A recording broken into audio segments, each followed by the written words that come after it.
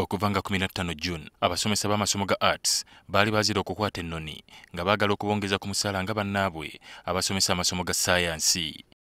Kyokka oluvannyuma lw'okusisinkana n'omukulembeze w'eggwanga omulundi ogwokubiri olunaku olw'eggulo, bano baasazizaamu akeediimo kaabwe ne basalawo okudda mu bibiina. Kataawo ne tusalawo tususpendinge industrial action discussions ne government zibeere nga zitambula okulaba nti omuyizi tafiirwa nnyo naye n'omusomesa kyagoberedde nakyo tuyinza okutuuka ekiseera ne tukituukako.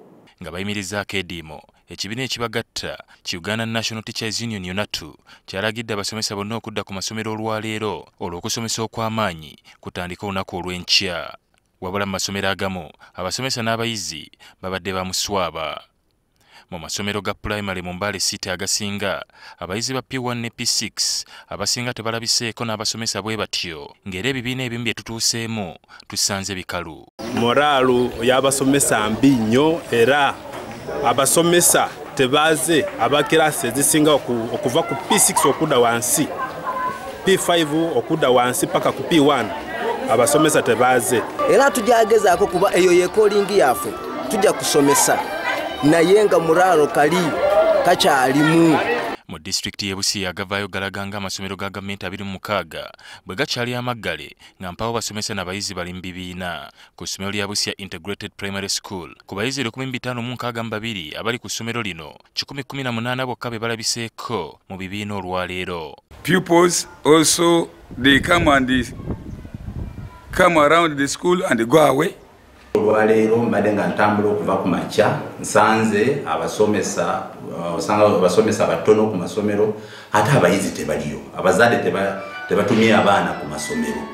Abasomesa nabo bagamba nti UNATU ebaliddemu olukwe.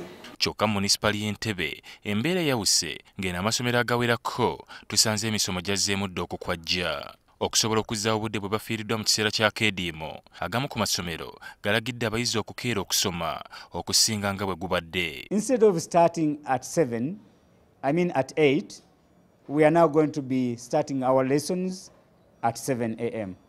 And instead of stopping at 4:30, we are going to stretch time and we extend to 5:30 or up to 6 latest. Kati ekirindiriddwa kwe kulaba ddi gavumenti lw'enaayongeza omusaala gw'abasomesa ba arts nga pulezidenti bwe yasuubizza. Wadde nga baasazizaamu akeediimo kaabwe, abasomesa ba arts bakyakalambira nti beetaaga okwongezebwa omusaala.